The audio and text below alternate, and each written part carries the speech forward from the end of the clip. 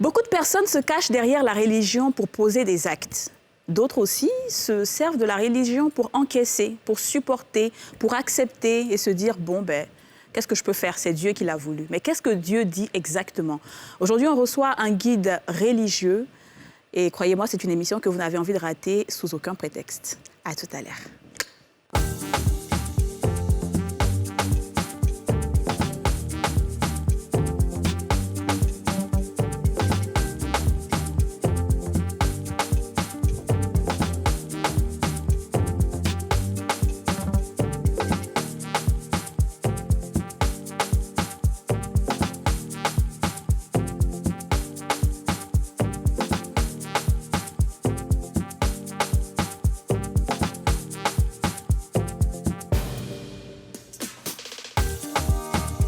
Bonjour à tous et bienvenue dans ce nouveau numéro des Femmes d'ici, l'émission en question, l'émission autorisée, l'émission qui donne des frissons, l'émission qui donne des palpitations, l'émission qui soigne le diabète, comme je le dis tous les jours. Aujourd'hui, on n'aura pas une émission déconne chez les Femmes d'ici, comme on a l'habitude d'avoir. On aura une émission pleine d'enseignements, une émission instructive avec un guide religieux. Comment ça va les filles? Très bien. Ça va très bien. Ça va? Ça va. Ça va bien Yasmine? Bon, si, ça va. Très bien. C'est à cause de ça même que je suis, voilà. Que tu as habillé comme ça, tout à l'heure tu nous diras. Amen. Alors les filles, on avait prévu de faire une émission pour déconstruire un peu les croyances, parce que beaucoup de personnes s'appuient sur la religion. On a fait une émission avec un guide religieux chrétien, et aujourd'hui on reçoit un guide religieux musulman. Je vais donc demander à ce qu'on applaudisse notre invité. L'homme qu'on reçoit aujourd'hui, c'est une éminence, c'est l'un des imams les plus adulés, les plus respectés, les plus écoutés, les plus importants de ce pays. Et c'est vraiment un honneur qu'il nous fait d'être sur ce plateau avec nous. On accueille l'imam Cissé Djigiba. Imam Cissé Djigiba, assalamu alaikum. Alaikum salam wa rahmatullahi wa barakatuh. Comment ça va? Alhamdulillah, ça va. Merci beaucoup d'avoir accepté l'invitation. C'est moi qui vous remercie. Franchement, c'est tout le monde, les filles, comment ça va? Vous êtes contente d'avoir Cissé Djigiba? Salam alaikum, papa. Oh, Yasmine, d'habitude, là. Vraiment, on sent que l'imam est là. Ouais. On sent. Le respect, les autorités, il faut les respecter. En tout cas. La Bible, même chez nous, on dit de tout respecter les autorités. Ouais. Donc, quand tu vois une autorité, il faut te mou. Imagigi. Il y a des djigide parce que moi, je suis moi, je suis papa. C'est ça. Donc, aujourd'hui, avec toi, Imam, je vais te présenter les filles. Voici Aurélie Eliam. Enchantée, Imam. Yasmine Reda. Bonsoir, papa. Et Dija Soro. Masha'Allah. Soro Mousso. Aujourd'hui, on va vraiment parler de tout, de la femme. Parce qu'en islam, il y a beaucoup de choses. En islam, la condition même de la femme est un peu ambiguë. On a l'impression qu'on doit être beaucoup soumise. On n'a pas notre mot à dire dans tout. Beaucoup de femmes musulmanes acceptent beaucoup de choses. Même la sexualité, elles n'ont pas besoin d'être forcément satisfaites. C'est-à-dire que c'est comme si la femme était tout en bas. Tu vois? Donc aujourd'hui, on va déconstruire tout ça. On va dire exactement ce qu'il en est. Même les relations sexuelles. Tu vois, on dit il y a des choses, il ne faut pas faire ça, Dieu ne veut pas et tout. Et il y a beaucoup de frustration. Les femmes endurent des choses dans leur foyer. Elles se disent non, c'est pas grave. Ma le koson, ma kenya den koson. Tu vois? Aujourd'hui, on va en parler. La première chose qui me vient en tête déjà, c'est la femme même là. C'est quoi le truc de la soumission de la femme? Est-ce que la femme, quand on dit une femme doit être soumise, ça veut dire qu'elle n'a pas son mot à dire, ça veut dire que c'est l'homme qui doit tout décider et puis elle obéit seulement? Alhamdulillah, salatu wa salam ala ashraf al-anbiya wa al-mursalin Muhammad bin Abdillah wa ala alihi wa sahbihi wa sallim. Louange à Dieu, Seigneur de l'univers. Nous prions sur le sceau des prophètes Mohammed, paix et salut de Dieu soit sur lui. La question que vous posez est une question centrale, une question très importante de nos jours. C'est vrai qu'on en parle beaucoup. La place de la femme, le rôle de la femme n'est-ce pas, dans l'évolution même de l'humanité tout entière. Au départ, il y avait Adam, il ne pouvait pas vivre seul. Et Dieu a décidé de le faire accompagner par une personne qui lui serait indispensable. L'homme n'était donc pas complet. Et disons, la création ne pouvait pas être complète s'il ne restait seulement que l'homme. Et pour que son existence ait un sens, Dieu lui a donné une compagne qui est la femme. Et la femme, donc, sur le plan, disons, sur le plan social, a un rôle extrêmement important. Elle n'est pas la féminité ou dire la femme, ça ne veut pas dire seulement la procréation. N'est-ce pas? Il y a plusieurs dimensions dans la femme et chez la femme. Cette humanité, si elle s'est multipliée jusqu'à ce que nous soyons aujourd'hui 7 milliards dans le monde, l'homme seul ne s'est pas décuplé pour remplir le monde aujourd'hui. Il a fallu donc la présence de la femme. D'accord. Et en cela, pour que cela soit et pour que nous soyons ce que nous sommes aujourd'hui, la place de la femme est prépondérante. Donc, et elle est prépondérante. Elle le sera jusqu'à la fin des temps. Et dire de ce point de vue que la femme aurait un statut inférieur ou bien n'a pas son mot à dire, la femme a plus que son mot à dire. Okay.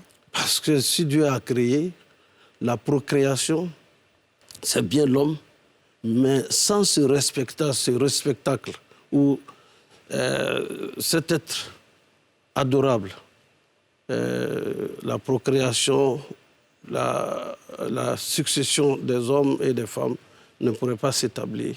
D'accord. Donc, la femme est une entité respectée et respectable dans l'islam. D'accord. Le prophète nous dit, An-Nisa, chacun est que le rijal. La femme est la moitié de l'homme. Et cette moitié n'est pas une moitié d'accompagnement. C'est une moitié de partage. Une moitié de partage. De partage des idées, des visions, des missions, des valeurs qui constituent le monde. Très bien. Et donc, je résume pour dire que la femme, elle est extrêmement importante. Elle a son rôle important qui ne peut pas même être joué par l'homme. La femme est une personne autour de laquelle tout foyer social est bâti. D'accord. Très bien. Dis-nous, Aurélie. Alors, bon, je pense que je suis la seule chrétienne de Mais non, Yasmine aussi. Oui, Yasmine. En fait, Yasmine est tellement habillée aujourd'hui, en tout cas, vraiment, on oublie ça. Bon, alors, j'ai une question, c'est vrai, je vais essayer de faire, pas vraiment des comparatifs, mais par rapport au regard que nous, on voit sur la religion et sur les femmes. La première question qui me vient en tête, c'est le port du voile. C'est vrai qu'aujourd'hui, dans certains pays, on oblige même certaines femmes à porter le voile, voire même des burqas, pour éviter que les autres hommes les regardent. Donc j'aimerais savoir un peu quelle est la position justement on va dire, de l'islam sur le port du voile de la femme de manière générale. En fait, la question du voile, on voit cela comme étant une imposition de l'homme. Non. Notre mère Marie, que nous appelons Mariam, la mère de Jésus, on la représente comment? Avec un voile dans blanc. Sa dignité, dans son honneur, dans le respect que Dieu lui donne. Comment elle est habillée? Elle a porté au voile comme pour moi. Elle est habillée comme vous l'êtes et comme vous êtes. Dans un accoutrement qui lui est dicté par le Seigneur, qui lui a établi et qu'il a établi et qui lui a montré un chemin. Et ce chemin, dans la manière de s'habiller, dans la manière de se comporter, pour qu'elle devienne un modèle pour l'humanité, pourquoi nous voyons les religieuses chrétiennes ou catholiques, chrétiennes ou, disons, catholiques ou protestants s'habiller d'une certaine manière? Quel est le sens de cet habillement? Vous êtes toutes, n'est-ce pas, des femmes respectables, aussi respectables que les religieuses des catholiques et des protestants. Et toutes les femmes sont religieuses. C'est le berceau de l'humanité en réalité, en fait. Elle doit être... si nous avons ces références dans l'histoire, pourquoi voudrez-vous que, du coup, on attribue seulement ça à l'islam et aux musulmans? Non. C'est un enseignement qu'on nous donne à travers ces femmes respectées par Dieu et que nous respections malgré les 2000 et quelques années qui sont passées après Marie, après son fils Jésus. Nous croyons donc que c'est le modèle parfait. Et ce modèle se doit d'être imité. Ouais. Et c'est pourquoi les musulmans vont-ils croire plutôt imiter Marie plus que les chrétiennes. Elle nous appartient à toutes. On la cite dans le Coran. Il y a même une sourate du Coran qui porte le nom de Marie. Mais ne pas porter le voile n'est pas un problème en tant que tel, alors? Enfin, ce n'est pas un problème pour celui qui n'y croit pas. Mais pour celles qui y croient, c'est un problème de vouloir ressembler au plus noble des personnes et surtout qui incarnent des valeurs. Et ces valeurs ne sont pas catholiques, ne sont pas protestantes, ne sont pas seulement musulmanes, mais ce sont des valeurs universelles qui nous sont enseignées à travers les symboles que Dieu nous a donnés, dont Marie fait partie, dont Khadija fait partie, d'autres religieuses, d'autres n'est-ce pas, croyances musulmanes font partie. D'accord. Alors, homme de Dieu, imam, ça revient à dire que les femmes musulmanes qui ne se voilent pas n'ont pas encore reçu la conviction de la parole qui les a vraiment touchées, ou bien c'est peut-être un manque d'enseignement qu'elles ont reçu? Vous savez, il faudrait quand même voir quel est le sens de l'habillement. Il y a une dimension éthique et esthétique dans l'habillement. 2 dimensions, esthétique et éthique. Esthétique, la beauté. Vous êtes habillée, vous êtes belle. Et l'éthique, qu'est-ce qu'il faut faire pour protéger son corps? Même l'homme, il ne lui est pas permis de s'habiller aussi n'importe comment. Il faut que l'habillement reporte au double critère d'éthique et d'esthétique. Et cela, il y a donc un certain nombre de critères qu'il faut respecter dans l'habillement. Chez la femme, tout le corps de la femme est respectable et respecté dans l'islam. Celle qui, nous avons vu, vous savez, un jour j'ai discuté avec une jeune dame, je me dis, mais est-ce que vous priez avec nous à la mosquée de la Transparence? C'est-à-dire quand on priait dehors, à côté de l'esplanade de l'hôtel de ville. Est-ce que vous y priez? Non, moi je n'ai pas d'habit pour aller prier et tout ça. Je dis non, mettez votre pagne dans votre sac et votre foulard. Arrivez là-bas, vous mettez votre foulard, vous allez prier. Est-ce que ça suffit? Je dis ça suffit. Mais il y a plein de jeunes filles qui prient là-bas comme vous. Quand elle y est allée, elle a vu qu'elle était en retard. Et elle a vu qu'elle pouvait vivre sa foi, s'habiller même en dehors même des heures de prière autrement que la façon dont elle s'habillait pour aller au travail. Et savoir que, en fait, au lieu de se cacher, ou cacher sa foi, mais qu'on pouvait l'exprimer sans complexe. En fait, il y a donc cette dimension de briser le complexe en soi-même pour aller vers ce qui plaît à Dieu. Et puisque tout compte fait, c'est vers lui que nous allons retourner. Totalement. Totalement. Alors, moi, je veux revenir un peu sur le mariage. Exactement, c'est pour ça qu'on est là. Sur le mariage et savoir si le fait, à l'époque, à une certaine époque, quand un homme épousait une femme, on lui remettait une chicotte qui devait servir à corriger sa femme. Est-ce que c'est culturel ou est-ce que c'est attribué à la religion musulmane? Ma fille Soro, vous savez, il faut faire la différence entre certaines de nos coutumes et traditions et les réalités de l'islam. L'islam demande de respecter la femme. L'islam demande d'aduler la femme. La femme, vous êtes ma fille, il y a mon épouse, il y a mes tantes, il y a mes mamans. En les respectant, on ne doit pas avoir un autre comportement vis-à-vis de son épouse, qui partage ta vie, qui te donne une postérité des enfants, des filles, des choses. Vraiment. Je suis tellement heureux de parler de cette question, parce que j'ai plus de filles que de garçons. Ouais. J'ai deux garçons, 5 filles. Wow. Et je me sens, quand je suis ici, je suis dans cette ambiance-là, de jeunes qui parlent de leur vie et des filles qui viennent poser des questions et qui discutent réellement de ces questions avec moi. C'est ça. Je leur dis, n'oubliez pas que les traditions ont souvent la peau dure. Mais en islam, on demande le meilleur d'entre vous est le meilleur envers son épouse. Donc, si je résume bien... Et l'exemple que nous avons, le messager qui nous a donné l'islam, la religion, dans toute sa splendeur et ses valeurs, venait aider. Il était chargé comme un chef d'État, peut-être plus que cela, une mission divine, venait aider ses épouses. Et venait même faire le footing avec certaines de ses épouses.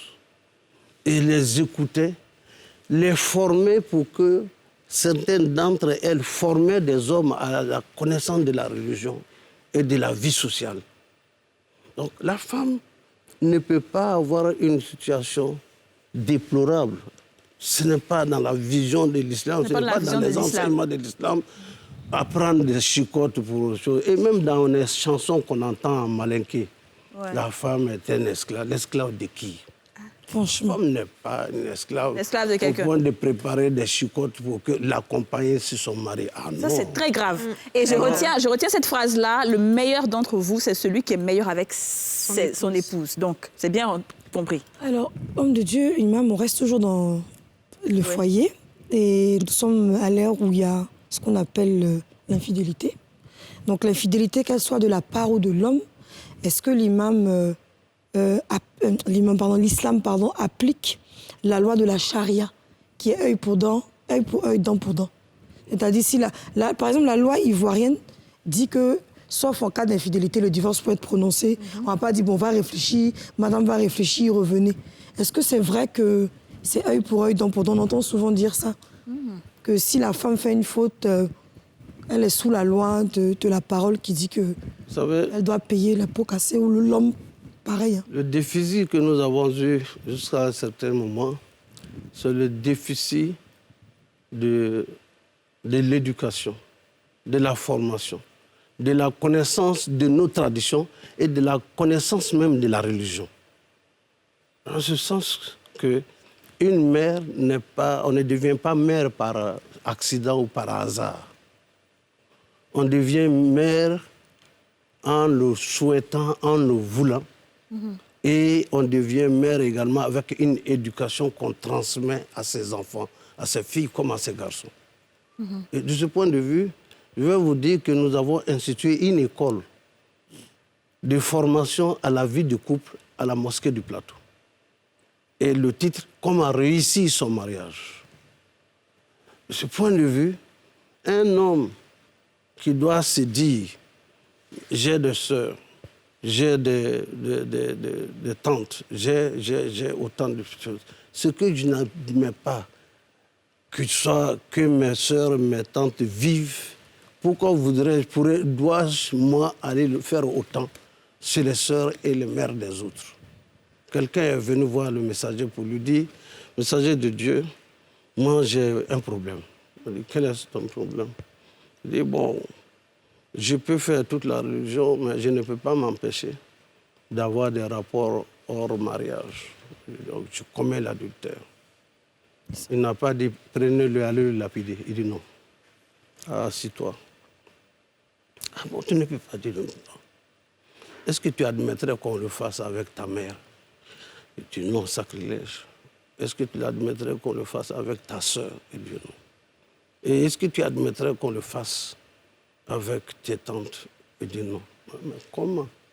Ce que tu ne voudrais pas qu'on fasse à celles qui te sont chères, que tu as fait autant chez les autres.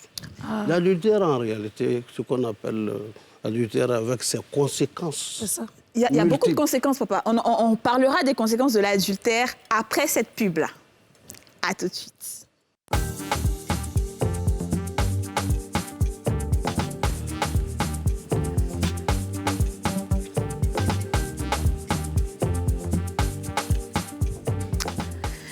De retour sur le plateau des femmes d'ici, on reçoit aujourd'hui l'imam Cissé Djigiba, qu'on applaudit très fort.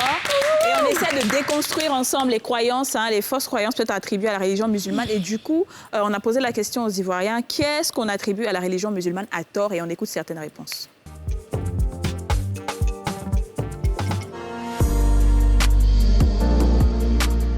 Il y a certaines personnes qui disent que les musulmans aiment les maraboutages, les musulmans aiment les mariages forcés. Moi, je trouve que tout ça, là, ce n'est que des histoires. Les mariages forcés, là, ça existe dans le monde entier. Ça existe dans le monde entier. Les maraboutages aussi, ce n'est pas une histoire de musulmans ou chose. Je ne sais pas comment il faut dire quoi. Il y a les gens qui aiment rencontrer des histoires, quoi.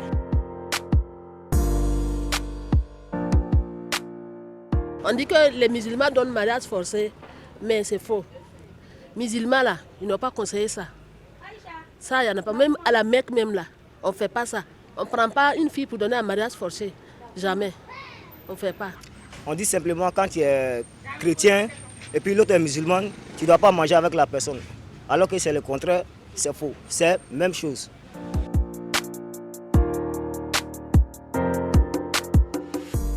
Voilà, on entend beaucoup de choses. C'est grave. On entend beaucoup de choses. On va parler de tout ça. Didja, tu avais une question avant qu'on continue? Oui, toujours le mariage, Oui. mais plutôt la partie avant le mariage. L'islam interdit la fornication. Et à l'époque, il y avait certaines facilités pour se marier. Les parents, quand les enfants se plaisaient, c'est les parents qui organisaient les mariages et qui leur donnaient souvent une aide financière pour commencer leur vie de couple. Aujourd'hui, en général, pour qu'un homme se dise « j'ai envie d'épouser une femme », il faut qu'il ait une bonne situation parce que c'est quand même l'enfant de quelqu'un qui va prendre, il faut qu'il puisse s'occuper d'elle. Donc c'est vraiment à partir de 35, voire 40 ans que les hommes vont se décider à se marier. Est-ce que l'islam s'adapte aujourd'hui à l'évolution ou on maintient les pratiques, il ne faut pas faire, quitte à attendre jusqu'à 40 ans? En fait, merci pour la question. Mon sermon de vendredi avant la fête de Ramadan portait sur le mariage. Et parmi les conseils que j'ai donnés dans le sermon du jour de vendredi, du jour de la fête, portait également, s'adressait aux parents et surtout à nos mamans, de faciliter le mariage aux jeunes, aux enfants. On n'attend pas 40 ans pour se marier. OK. Dès qu'on a les moyens de se marier. Le Coran s'adresse aux hommes comme aux femmes. Lorsque vous en avez les moyens, mariez-vous. Les moyens sont à évaluer. Hier, ou je dirais il y a quelques années, on pouvait se marier avec peu d'argent. Et les considérations étaient plutôt certaines proximités. On regardait les valeurs. Est-ce que le jeune homme était un homme d'une bonne moralité et qui incarne des valeurs? Est-ce que la fille qui va être mariée, est-ce qu'elle elle incarne des valeurs?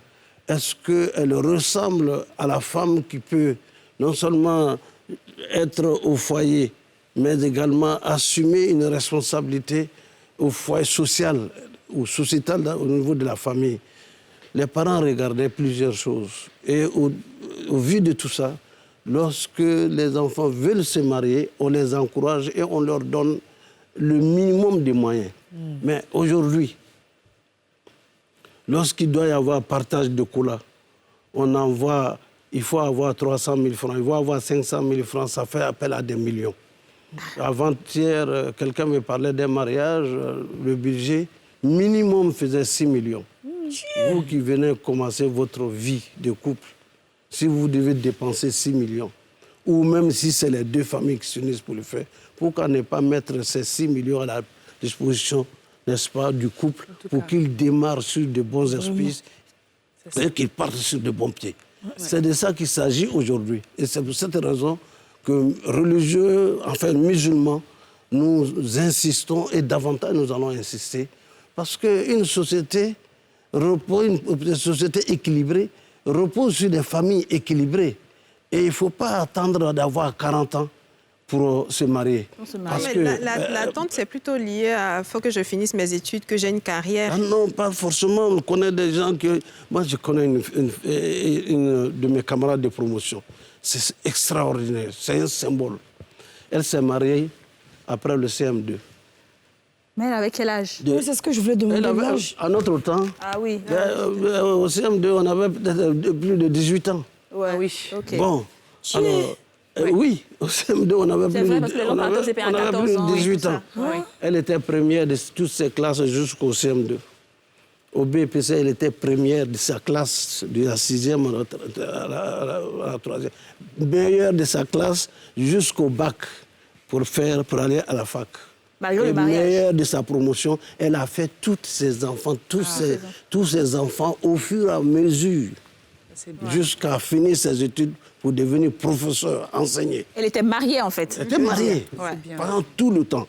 Bien sûr, cela s'est fait aussi avec un homme Bien sûr. qui donne de la valeur à celle qu'il a épousée. C'est ça. Et Mais papa, c'est un peu justement- ça. Donc, moi, je pense que l'école ne doit pas être un frein, n'est-ce pas, Au mariage. et au mariage, mais toujours est-il qu'il faut accompagner. D'accord. C'est pourquoi je vous ai toujours d'aller à l'école du mariage que nous avons pour comment réussir son mariage, comment on choisit son conjoint lorsqu'on est femme, et comment on choisit sa conjointe sur quels critères, sur quelle base.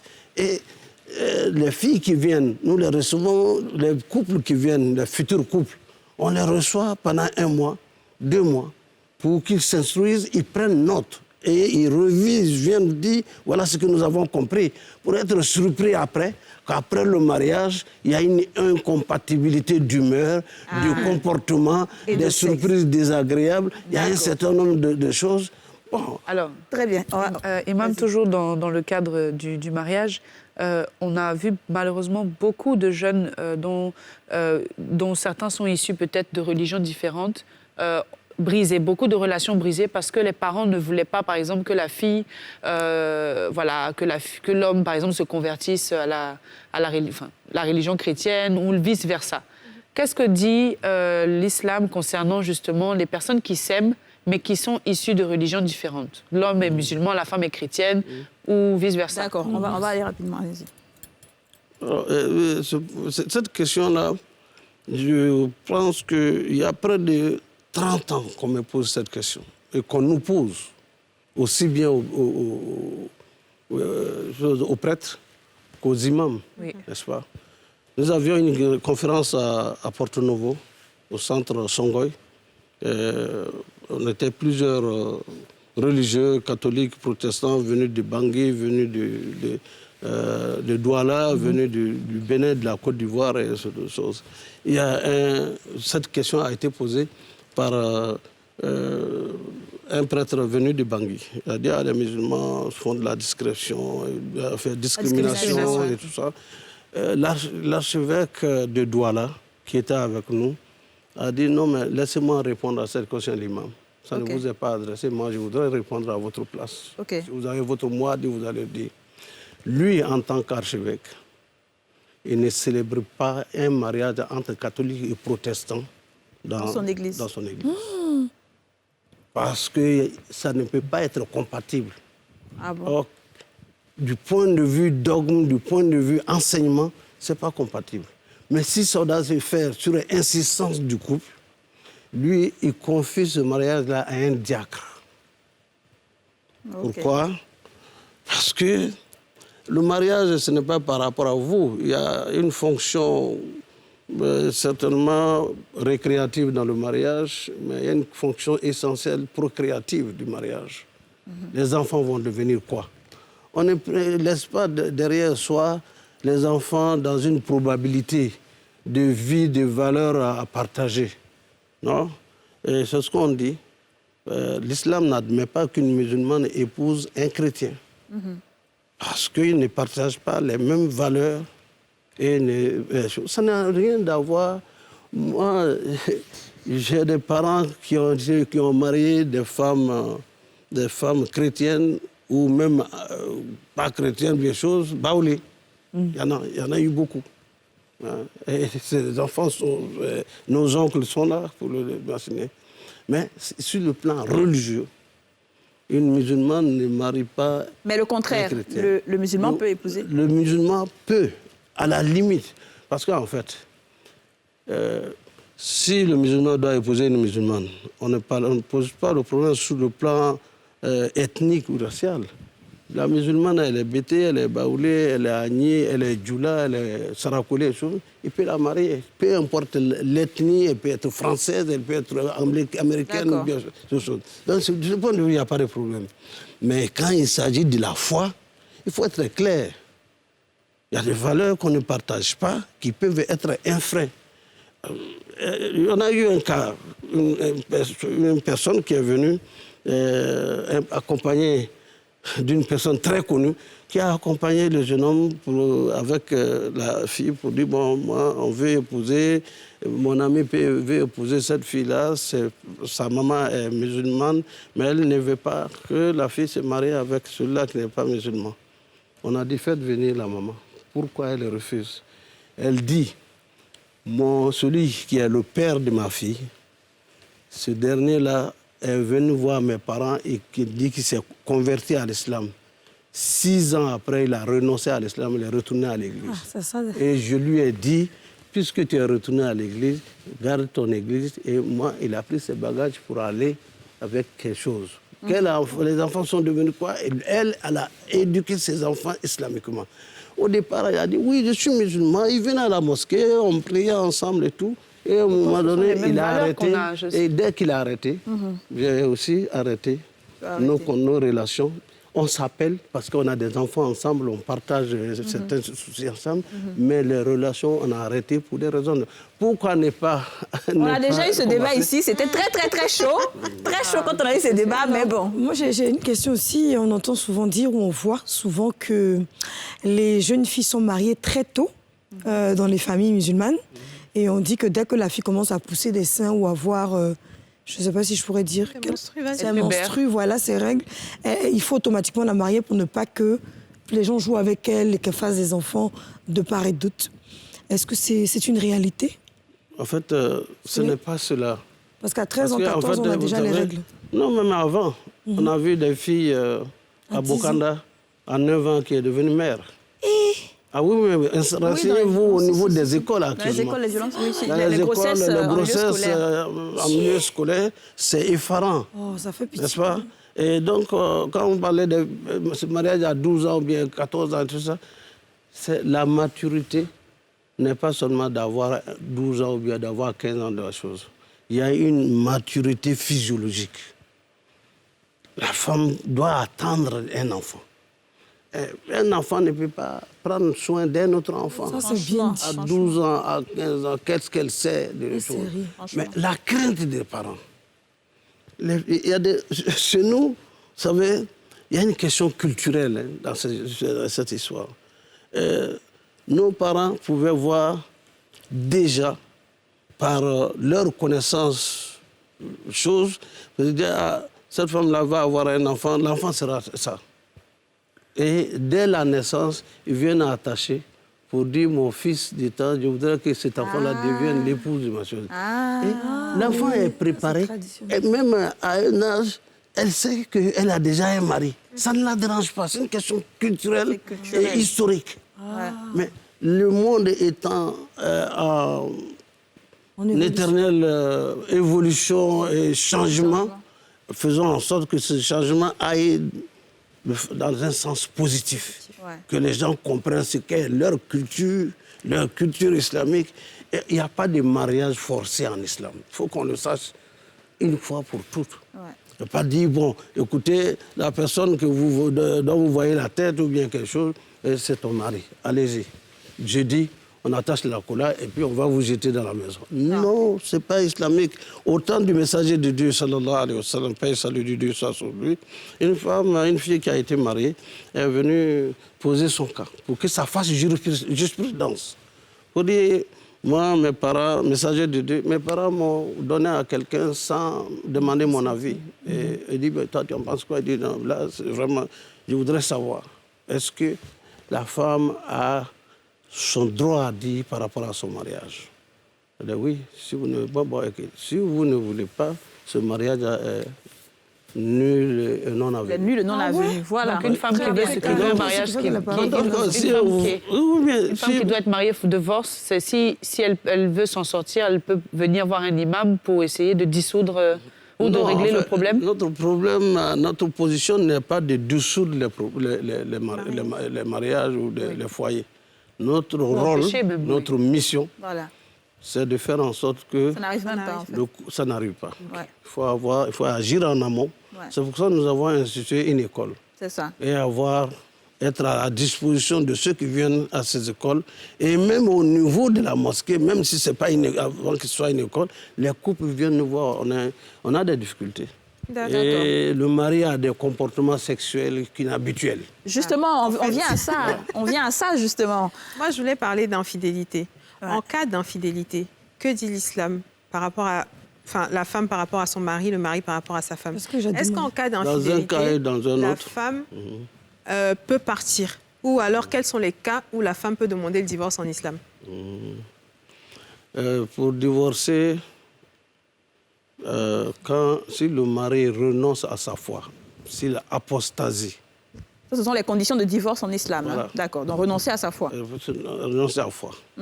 La violence extrême peut être une cause de divorce. Très bien. OK. Donc, violence, cause de divorce. Je répète, violence, cause de divorce. Voilà. Violence, il faut porter votre cas devant les autorités qu'on appelle le mari pour lui demander. La femme n'est pas une bête de somme. Ouais. C'est une compagne. C'est la mère de vos enfants. Et la tranquillité du foyer permet aux enfants de grandir dans un cadre où les parents sont des exemples, sont des modèles.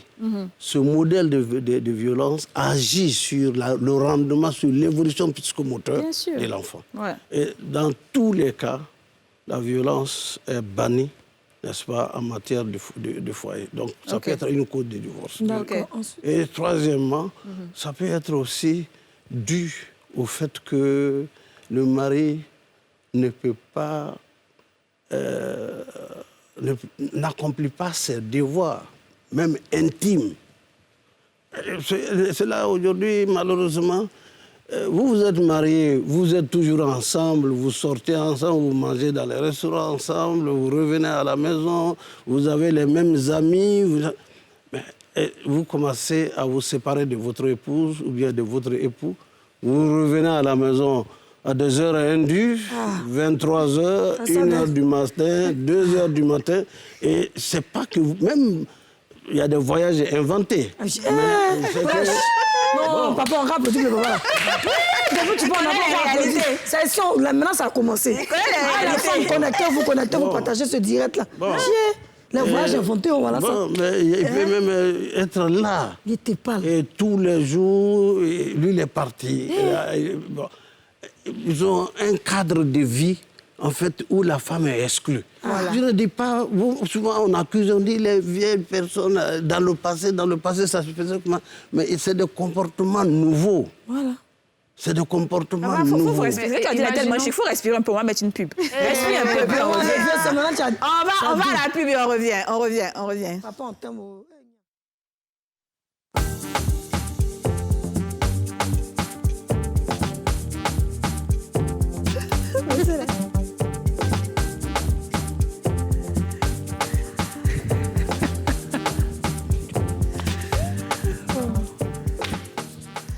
De retour sur le plateau des Femmes d'ici, c'est la troisième et dernière partie de cette émission. Je rappelle que les Femmes d'ici, c'est tous les jours du lundi au vendredi à 13h05 sur la nouvelle chaîne ivoirienne. Aujourd'hui, on reçoit l'imam, l'éminence Cissé Djiliba.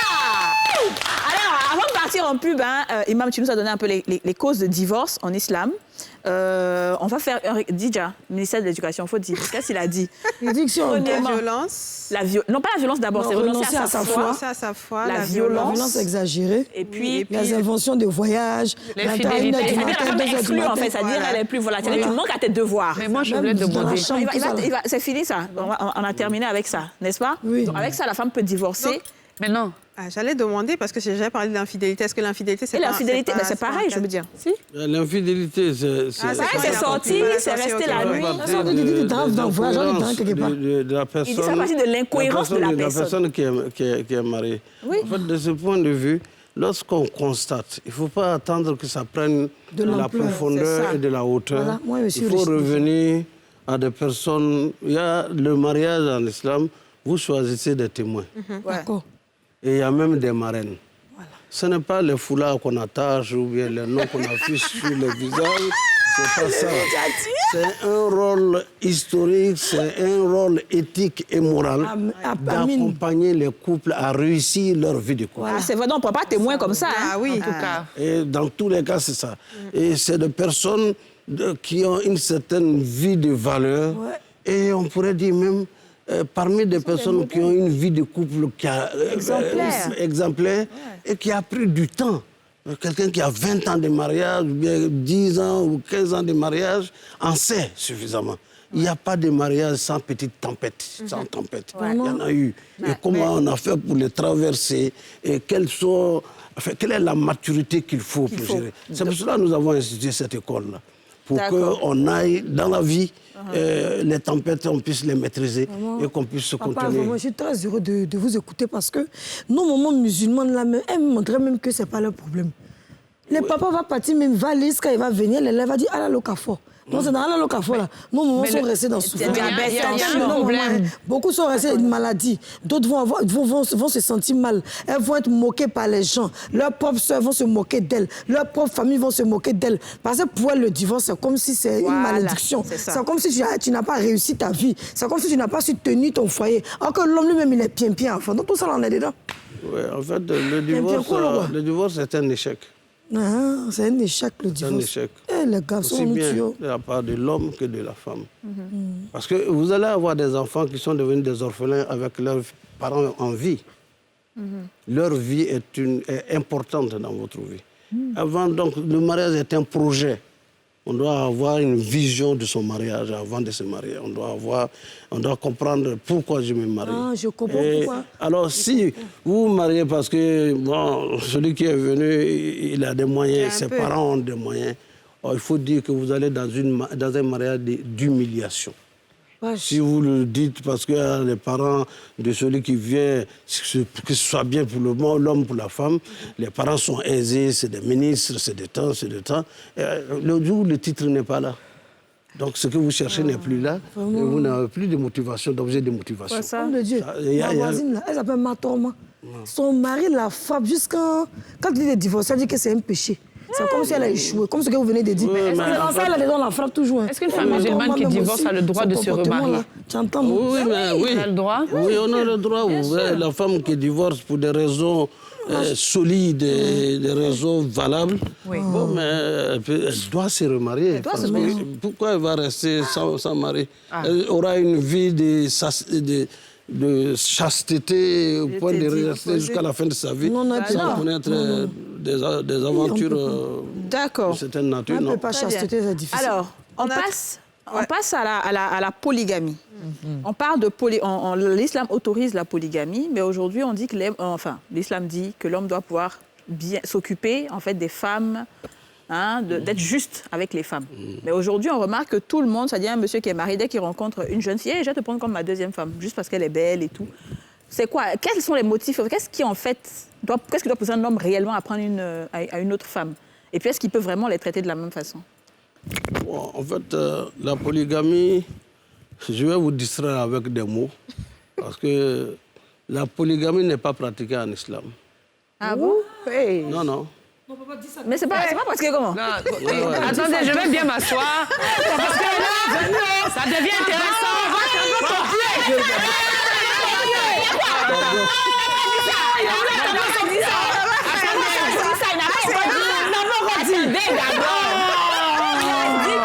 Il va nous distraire avec des mots. Non, ça, c'est la part de la... Papa, toi, si tu nous as ça, c'est Merci. La femme métisse son vlé, c'est j'aime beaucoup cet imam. Je l'aime beaucoup. La polygamie, attends, bébé, va. Allons-y. La polygamie, Dieu va parler. Je connais par exemple une personne historique dans l'histoire de l'Afrique qui a eu 250 et quelques enfants Oui, j'ai oublié son nom. 33 ans de vie. C'est pas Bon, Salomon. ça, c'est chose. Là, on ne parle pas de polygamie. Partout où il passait, il prenait une femme. Et tout le long. Et je connais des rois, même vers Tia Salé, qui avaient plus d'une vingtaine de femmes. Oui, les rois. Bon, on appelle ça polygamie. Quand vous parlez de 4 femmes, c'est la quadrogamie. Quand c'est 3 femmes, c'est trigamie. Ça veut dire quadro Quand ou c'est 2, C'est c'est bigamie. bigamie. Ouais. Voilà, quand c'est... C'est mono. C'est mono. C'est mono. Donc, vous avez créé pour rien. Mais on va a créé pour rien. ces choses. En fait, je m'adresse à nos enfants, nos filles. Ouais. N'est-ce pas? Quelqu'un ne doit pas venir. Quelqu'un qui vient à vous, je viens vous prendre comme deuxième femme. Et vient dire, oui, ma femme est comme ça, ma femme est comme ça, ma femme est comme ça. N'acceptez pas. Ouais. D'accord. Parce qu'on ne se marie pas à une deuxième femme sur la base de parce que la femme, elle est vieille ou bien elle a telle chose. Elle joue son rôle comme il doit dans le foyer. Donc, ce n'est pas en voulant aller renouveler sa vie, alors que le corps est ingénérable. On ne redevient pas enfant. Donc, il y a ça. Mais si vous savez que c'est quelqu'un qui ne vient pas avec ses propos et vous êtes convaincu, bien sûr, pas vous seul, parce que les parents sont là pour juger. Je ne dis pas les parents véreux qui ne cherchent que leur satisfaction financière, chose. Il vient, il veut marier notre fille parce qu'il a l'argent, on y va. On est d'accord, il faut accepter. Non, pas ça. Il faut que ce soit des convictions, il faut que ce soit sur des règles bien connues. Et puis, sur le respect de la première. L'islam ne condamne pas la polygamie ou disons la bigamie ou la trigamie ou bien autre. C'est la façon de faire, la manière de gérer ce foyer. D'accord. Malheureusement, on n'a plus beaucoup de temps. Non, là, on est obligé de passer. On est obligé de passer. Bon, d'accord. Oui, c'était chic. Quelqu'un qui vient torpiller sa femme, on ne peut pas accepter de se mettre elle. C'est un menteur. Ça que vous a foutu à Abidjan. Une des choses aussi qu'on attribue beaucoup oui, à... parce que les bons exemples ne sont pas souvent diffusés, ne sont pas connus. C'est ça. Nous avons connu une dame qui a été épousée, elle était la 3e femme. Mais les 2 premières femmes n'ont jamais été aussi heureuses qu'avec l'arrivée de la 3e. Elle a dit, ce que tu fais pour moi, si tu ne fais pas pour les autres, je n'accepte pas tes cadeaux. Il y a ça, c'est ça, Abidjan ici.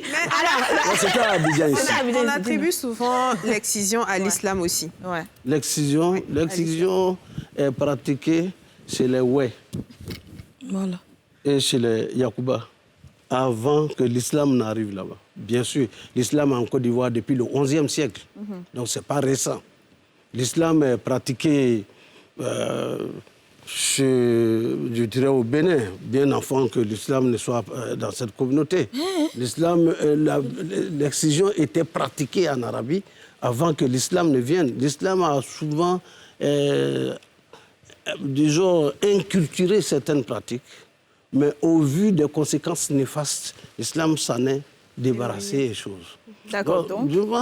Quand on parle de l'excision, on n'explique pas très bien ce qui se passe en excision. L'excision ne peut pas être islamique. Moi, je le dis, je m'excuse auprès de mes collègues qui trouveraient en cela une espèce d'arrogance, mais c'est pas... Il n'y a pas... En fait, les gens vivent dans le savoir non vécu. Moi, je sais l'excision, ce que c'est. Il s'agit, dans un premier temps, de l'ablation du clitoris de la femme. C'est la conjonction de plusieurs veines. Lorsqu'on coupe, c'est le sang qui gicle comme si vous avez immolé un mouton. Ce qui sort et beaucoup de filles meurent, n'est-ce pas, dans la petite forêt. Et on attribue ça au génie, on attribue ça à la sorcière du village, alors que c'est les conséquences néfastes de ça. Ça, c'est le côté même apparent. Après, il y a une deuxième phase même de l'excision dans la corne de l'Afrique, où non seulement on fait l'ablation du clitoris, mais en même temps on rase les lèvres, les grosses lèvres de la fille. Et sans anesthésie. Il y en a qui meurent, bien sûr. Et ensuite, il y a l'effet des kéloïdes. les genres de cicatrices qui gonflent les choses, ça empêche certaines femmes d'avoir des rapports intimes avec leurs époux. Et il y a des femmes, après le mariage, on les marie, mais elles savent les difficultés qui les attendent parce que l'entrée de truc est rétrécie. Il y a d'autres qui courent même. Oui, il y en a qui ont ça. Et donc, il y a ça. Et le jour où on doit la marier, il faut aller enlever les fils. Et c'est ce même jour qu'elle va avoir les premiers rapports avec toi. C'est de la torture. C'est de la torture. Donc, et ça, ce n'est qu'une petite partie que j'explique. Alors, si nous sommes allés, nous avons fait le plaidoyer dans nos pays ici, au sein du CIF, Comité interafricain de lutte contre les pratiques traditionnelles néfastes. Nous avons amené le projet aux Nations Unies. Et les Nations Unies, j'ai fait partie des personnes qui sont allées faire le plaidoyer auprès des Nations Unies, qui a pris cette décision au niveau mondial d'interdire complètement la pratique de l'EFS. Et on espère que ça sera aboli. Dernier sujet, on en parle avant de finir l'émission, c'est la sexualité. Souvent, on dit que c'est pas grave si tu n'es pas trop satisfait et que toi, tu es là pour ça, que la femme, là, c'est-à-dire qu'on est sur toi et puis bon, voilà. Le mari doit labourer. On doit te labourer et puis voilà. Et que si tu refuses de faire l'amour avec ton mari, les anges te maudissent 1000 fois. Tiens, aussi, on parle. Non, là, je crois que c'est tout ça qui rentre dans l'école que nous instituons. C'est ça. Et je pense que c'est la politique mais du Conseil supérieur des imams d'ouvrir, n'est-ce pas? Ça se passe comme aumônier des mariages chez les catholiques. Oui. C'est ça, ok. Il reçoit un prêtre qui reçoit le choses. Bon, je dirais souvent que c'est bon, mais ce n'est pas toujours les pratiques que le prêtre connaît. Mais à notre niveau, nous sommes des mariés de plus de 20 ans, de plus de 40 ans. Donc, on sait les tests et on connaît le contexte. La satisfaction de la femme doit faire partie des entretiens que l'homme et la femme doivent avoir. Et le prophète nous enseigne que faites-vous dévancer par un message. Le message, c'est quoi? C'est tout le contour. C'est-à-dire les rapports intimes qui doivent avoir lieu le soir, ça se prépare depuis le matin. Nos coachs nous disent ça. Depuis les messages qu'on s'envoie, les cadeaux qu'on se fait dans la journée et tout ça. Et la vie sexuelle est un élément d'équilibre psychophysiologique et tout ce que la chose. Et donc, ce n'est pas que les gens le savent, n'est-ce pas? Et si cela, d'où vient l'insatisfaction? Ça vient du fait qu'il y a ça. Mais vous savez également qu'il y a même des gens qui deviennent bisexuels. Oui. Leur performance diminue à la maison. Parce qu'ils ne vivent pas une seule vie sexuelle. Et même, c'est ça aussi que lorsqu'on parle aux jeunes de se maîtriser pour leur foyer, parce que l'habitude de multiplicité de partenaires fait que vous videz comme on appelle l'existence de l'entièreté des possibilités de vos nerfs. Vos nerfs sont affaiblis. Et vous venez vous marier avec une jeune qui n'a pas cet antécédent. Il y a donc matière à discuter. Non, prêche.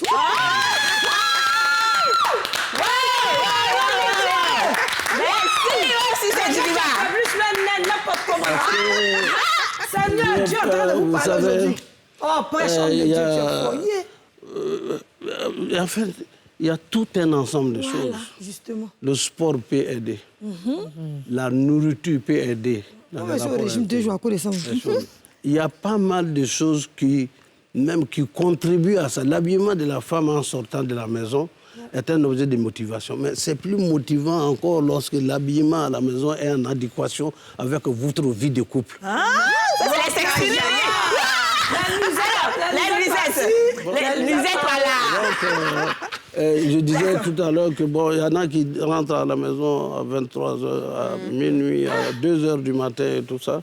Bon, en fait, ce n'est pas le fait de dire il y a la fille des gens dehors, mais c'est vous qui l'avez choisi. Très bien. Et donc vous devez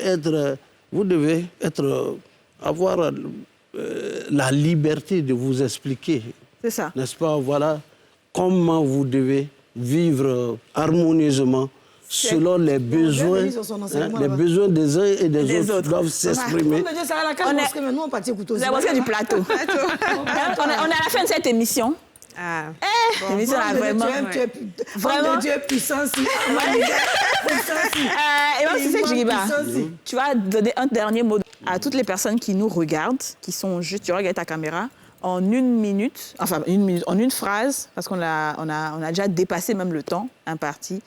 Tu fais ton mot de fin et on va conclure cette émission. Je voudrais vous remercier. Oui. Remercier la direction de la télé, NCI, pour l'opportunité qu'elle donne à tous nos téléspectateurs d'ici, en dehors de la Côte d'Ivoire, de savoir ce que nous vivons et ce que nous savons, ce que nous pouvons faire.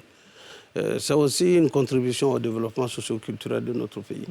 Et je voudrais donc les en féliciter et vous dire merci qui a animé cette plateforme. Et je conclurai pour dire que la femme, c'est notre mère. La femme, c'est aussi nos filles. Nos filles, c'est notre fille. La femme, c'est notre tante, notre mère, celle qui nous a mis au monde, à qui nous devons tout le respect, d'avoir fait de nous, après Dieu, ce que nous sommes. Ouais. On doit tenir compte de la femme. Le mariage, j'invite les parents à dégrever le mariage de tous les artifices qui rendent le mariage aujourd'hui effroyable pour les jeunes. Si vous fermez la porte du licite, les portes de l'illicite vont s'ouvrir. Et il ne faudrait pas que l'attitude, le comportement de nos parents devienne un frein pour le mariage. Les filles, on applaudit Cissé Djigiba. Merci beaucoup, Imam Cissé Djigiba. Merci beaucoup. Merci beaucoup de nous avoir suivis. Merci de nous avoir suivis. C'était ce que Dieu dit avec l'imam Cissé Djigiba. On se retrouve demain, jeudi, pour un nouveau numéro des Femmes d'ici. Bye bye.